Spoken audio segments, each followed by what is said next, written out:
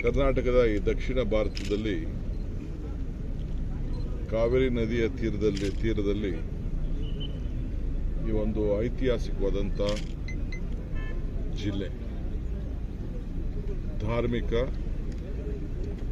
ವನ್ಯ ಪ್ರದೇಶದಲ್ಲಿ ಅಡಗಿರೋಂಥ ಇದೊಂದು ಪುಣ್ಯ ಭೂಮಿ. ಮೊದಲಿಂದ ಕೂಡ ಈ ಜಿಲ್ಲೆಗೆ ಯಾರು ಭೇಟಿ ಕೊಟ್ಟರೆ ರಾಜಕಾರಣದಲ್ಲಿ ಅಧಿಕಾರ ಕಳ್ಕೊಳ್ತಾರೆ ಅನ್ನೋದೊಂದು ಮಾತಿತ್ತು. ಅದೆಲ್ಲ ಮೌಢ್ಯ, ನಂಬಿಕೆ. ಎಲ್ಲಿ ಭಕ್ತಿ ಇದೆಯೋ ಅಲ್ಲಿ ಭಗವಂತ ಇದ್ದಾರೆ. ಇವತ್ತು ಮಲೆಮಹದೇಶ್ವರ, ಈ ಮಧ್ಯರಂಗ, ಸಿದ್ದಪ್ಪಾಜಿ, ಬಿಳಿರಂಗೇನಕೆಟ್ಟ, ಗೋಪಾಲ ಸ್ವಾಮಿ, ಇವೆಲ್ಲ ಈ ಪುಣ್ಯಕ್ಷೇತ್ರಗಳು. ಆಮೇಲೆ ಚಾಮುಂಡೇಶ್ವರ, ಇವೆಲ್ಲ ಪುಣ್ಯಕ್ಷೇತ್ರಗಳು ಎಲ್ಲ ಜನ ನಡ್ಕೊಂಡು ಅವ್ರದ್ದು ಆಸೆ ಆಕಾಂಕ್ಷೆಗಳನ್ನು, ನೆಮ್ಮದಿಯನ್ನು ತೀರಿಸ್ಕೊಳ್ಳಿಕ್ಕೆ ಇಲ್ಲಿಗೆ ಬರ್ತಾರೆ. ಪ್ರತಿ ವರ್ಷ ಶ್ರೀರಂಗಪಟ್ಟಣ, ಮಧ್ಯರಂಗ, ಅಂತರಂಗ ಈ ಮೂರು ಕಡೆ ಕೂಡ ಬೆಳಗ್ಗೆಯಿಂದ ಹೊತ್ತು ಮುಳುಗಿ ಒಳಗಡೆ ಮೂರನ್ನು ಪ್ರವಾಸ ಮಾಡೋಂಥ ಒಂದು ಪದ್ಧತಿಯನ್ನು ಕೂಡ ಇಟ್ಕೊಂಡಿದ್ದಾರೆ. ಇವತ್ತು ರಂಗನಾಥ ಸ್ವಾಮಿಯ ಈ ದೇವಸ್ಥಾನದಲ್ಲಿ ಜೀರ್ಣೋದ್ಧಾರದ ಕೆಲಸ ಇಲ್ಲಿ ನಮ್ಮ ಸರ್ಕಾರದ ಜೊತೆಯಲ್ಲಿ ನಮ್ಮ ಖಾಸಗಿ ಒಬ್ಬ ಸ್ನೇಹಿತರು ಮಹೇಶ್ ರೆಡ್ಡಿಯವರು ಇದನ್ನು ಕೆಲವು ನಿರ್ವಹಿಸಿದ್ದಾರೆ. ನಾನು, ಜಿಲ್ಲಾ ಮಂತ್ರಿಗಳು, ಧಾರ್ಮಿಕ ಮಂತ್ರಿಗಳು, ನಮ್ಮೆಲ್ಲ ಶಾಸಕರುಗಳು ನಾವೆಲ್ಲ ಬಂದು ಈ ಒಂದು ಪವಿತ್ರವಾದಂಥ ಕಾರ್ಯಕ್ರಮದಲ್ಲಿ ನಾವು ಪಾಲ್ಗೊಳ್ತಾ ಇದ್ದೀವಿ. ಇವತ್ತು ಕ್ಯಾಬಿನೆಟ್ಟು ಇದೆ. ಆದರೂ ಕೂಡ ಇವತ್ತು ಜನರ ನೆಮ್ಮದಿಗೆ ನಾನಾಗಲೇ ಹೇಳ್ದಂಗೆ ಭಕ್ತಿಗೂ ಭಗವಂತನಿಗೂ ವ್ಯವಹಾರ ಮಾಡೋಂಥ ಸ್ಥಳ ದೇವಾಲಯ. ಸೊ ಅದರಿಂದ ಈ ಪುಣ್ಯಕ್ಷೇತ್ರ ಯಾತ್ರಿಕರಿಗೆ ಭಾಳ ಪ್ರಸಿದ್ಧವಾದ್ದು. ಈ ಜಾಗದಲ್ಲಿ ತಮ್ಮ ಗೊತ್ತಿದೆ, ಗಗನಚುಕ್ಕಿ, ಬರಂಚುಕ್ಕಿ, ಇದು ನಾವು ಯಾರು ಸೃಷ್ಟಿ ಮಾಡಿದಲ್ಲ, ಇದು ಪ್ರಕೃತಿಯ ಒಂದು ದೊಡ್ಡ ಕೊಡುಗೆ. ಆ ಕೊಡುಗಡೆ ನೂರಾರು ಭಕ್ತಾದಿಗಳು ಮತ್ತು ಪ್ರವಾಸಿಗರು ಬರ್ತಾ ಇದ್ದಾರೆ.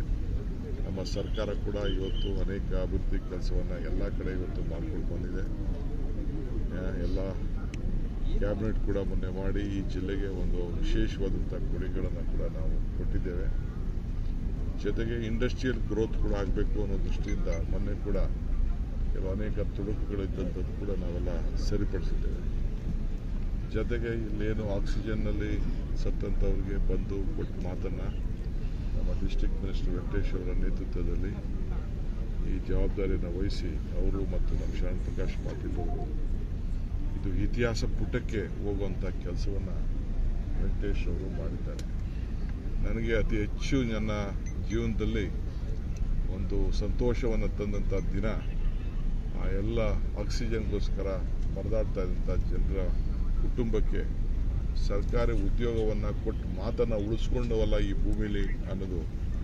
ಏಕೆಂದರೆ ನಾವೇನು ಮಾಡ್ತೀವಿ ನಮ್ಗೆ ಅಧಿಕಾರ ಇದ್ದಾಗ ಮುಖ್ಯ ಅಲ್ಲ, ಏನು ಕೊಟ್ಟೋಗೋದು ಇಲ್ಲ ಬಿಟ್ಟು ಹೋಗೋದು. ಸೊ ಹಂಗೆ ಕೊಟ್ಟೋಗಿದ್ದೀವಿ.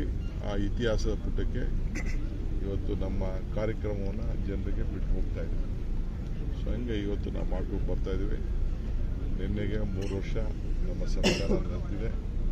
ಜನರ ಭಾವನೆಗೆ ಏನೆಲ್ಲ ನಾವು ಮಾತು ಕೊಟ್ಟಿದ್ದೀವಿ, 6ನೇ ಗ್ಯಾರಂಟಿ, ಭೂಮಿ ಗ್ಯಾರಂಟಿ ಅಂಥೇಳಿ ನಾವು ಘೋಷಣೆ ಮಾಡಿ ಪ್ರತಿಯೊಬ್ಬರೂ ಕೂಡ ದಾಖಲೆಗಳನ್ನು ಸೃಷ್ಟಿ ಮಾಡಿ ಅವರ ಫೋಟೋ, ಅವರ GPS ದಾಖಲೆಗಳು, ಆಸ್ತಿಗಳ ಫೋಟೋ ಎಲ್ಲ ಆಗಿ ಮನೆಗೂ ಕೂಡ ಖಾತೆಗಳನ್ನು ಒದಗಿಸ್ಕೊಡುವಂಥ ಕಾರ್ಯಕ್ರಮ ಕೂಡ ಇವತ್ತು ನಾವು ಮಾಡ್ಕೊಂಡು ಬಂದಿದ್ದೇವೆ.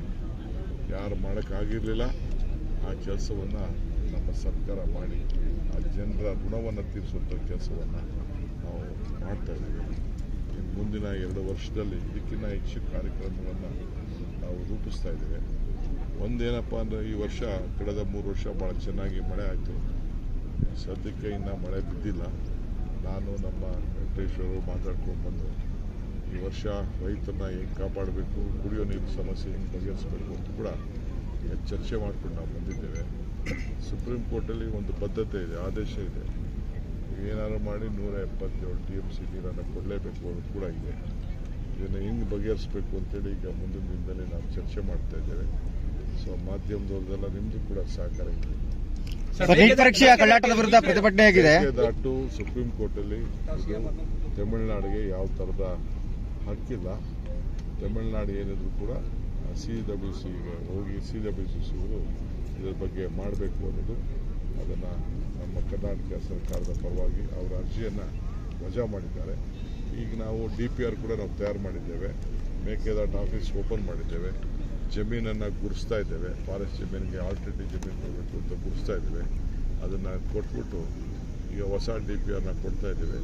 ಸೆಂಟ್ರಲ್ ಗೌರ್ಮೆಂಟ್ ಪರ್ಮಿಷನ್ ಕೊಟ್ಟ ಮೇಲೆ ಅದನ್ನು ಭೂಮಿ ಪೂಜೆಯನ್ನು ಮಾಡ್ತೀವಿ. ಸರ್, ನೀಟ್ ಪರೀಕ್ಷೆ ವಿರುದ್ಧ ಈಗ ಪ್ರತಿಭಟನೆ ಹಮ್ಮಿಕೊಂಡಿದ್ದೀರಾ? ಯಾವ ರೀತಿ ನಡೆಯುತ್ತೆ ಸರ್? ಕಾರ್ಯತಂತ್ರಗಳೇನು ಸರ್ ಮುಂದಿನ ದಿನಗಳಲ್ಲಿ?